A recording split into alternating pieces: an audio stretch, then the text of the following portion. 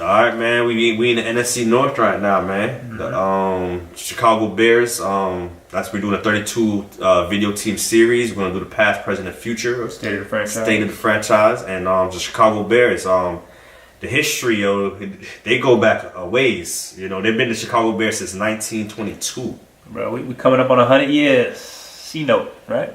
Yeah, they've been around forever, and I guess their success was in the 80s. You know, Walter Payton. You know, the defense. Dick. Well, I said Dick Buckets. No, you did skip over Gale Sayers. I skipped over a lot of stuff. Yes. We don't have enough time to cover it all. We don't have enough time to cover them since 1922. Yeah, man, because they had Gale Sayers and those guys back then, man. But let's get to the 80s, man. The 85 Bears and Walter Payton and Mike Singletary. Those guys they had, man. And it was the Fridge.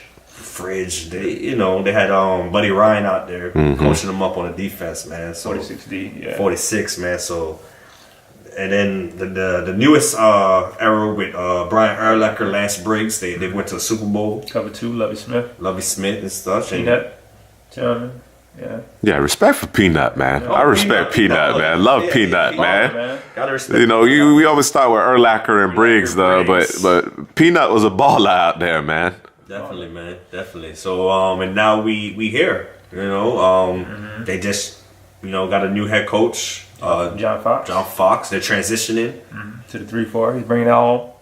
Vic Fangio, coach that 3-4 defense, and we believe they've done an excellent job getting those middle linebackers in free agency. They got Trevathan, the boy from the Terrell Freeman. They brought in the pass rusher last year from the Ravens. And then Purnell McPhee. And then now they drafted Leonard Floyd this year. So they building that defense, man. Eddie Goldman up front. Keem. We've talked about it before. We when we covered the drafts and whatnot, doing the podcast on that you can find our podcast on iTunes. Search CPGM podcast. The Bears have done what generally proves to be very difficult, transitioning from a 4-3 to a 3-4, vice versa, in 2 off seasons. Yeah, quick work. Man. Very quick work. Yeah, I'm very interested to see that defense play this year, and then offensively, they got the boy Cutler, Jay. Ooh. No more Matt Forte, man. That's.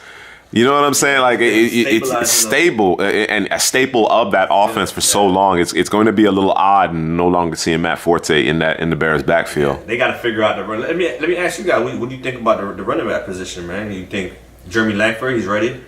I don't know if he's ready, but I'm going to say he'll get first crack, and then we'll see if it works out for him, or maybe they'll do it by committee. But I think he'll get first crack. Yeah, definitely. John Fox has a history of doing committees. They got the Jordan Howard kid in the draft. They had Kadeem Carey a couple years ago, but like you say, Langford is their most talented back. Yeah, back there. So, and then they get Kevin White back. I was really high on Kevin White out of the draft last year, so they get Kevin White to pair with Alshon Jeffrey, which is really scary. So, Jeffrey has that contract situation. You think they get a long-term deal done? And when I say that, I'm saying at any point, not necessarily before the July 15th deadline, but at any point, do you think they get the deal done? I think they will. I don't think it'll be as much as Jeffrey's is asking for, but I think at the end of the day, it's going to get done. He's a beast, man. You definitely need him on the roster. He just got to stay healthy, personally. For him, he needs to stay healthy, man. What about the Adam Gase departure? What do you think that does to their offense? Because now we're talking about, defensive-minded head coach.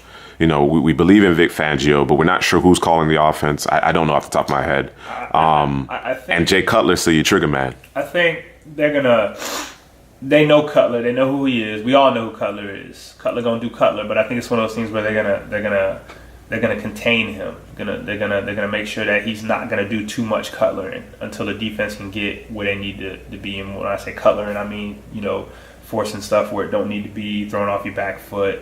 We know you got a strong arm, but we've seen a lot of terrible throws. You're in Chicago, and I can cut it through the wind and get it there. Nah, you can't, and you haven't.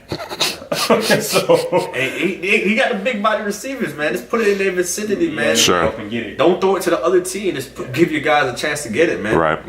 Yeah. So you don't foresee the Gase departure to Miami being particularly damning for the Bears offense. Only if they can contain Cutler. Okay. And like you said, I'm not sure who the offensive coordinator is there. I can't remember off the top of my head right now, but from what I've known and seen, they're going to try to contain him. Now, if they can't, it's going to be all for naught.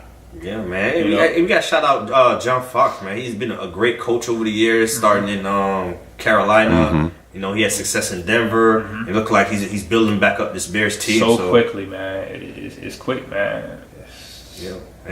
What we think about the future, man? It's that quarterback position, man. Yeah, that's it right there, man.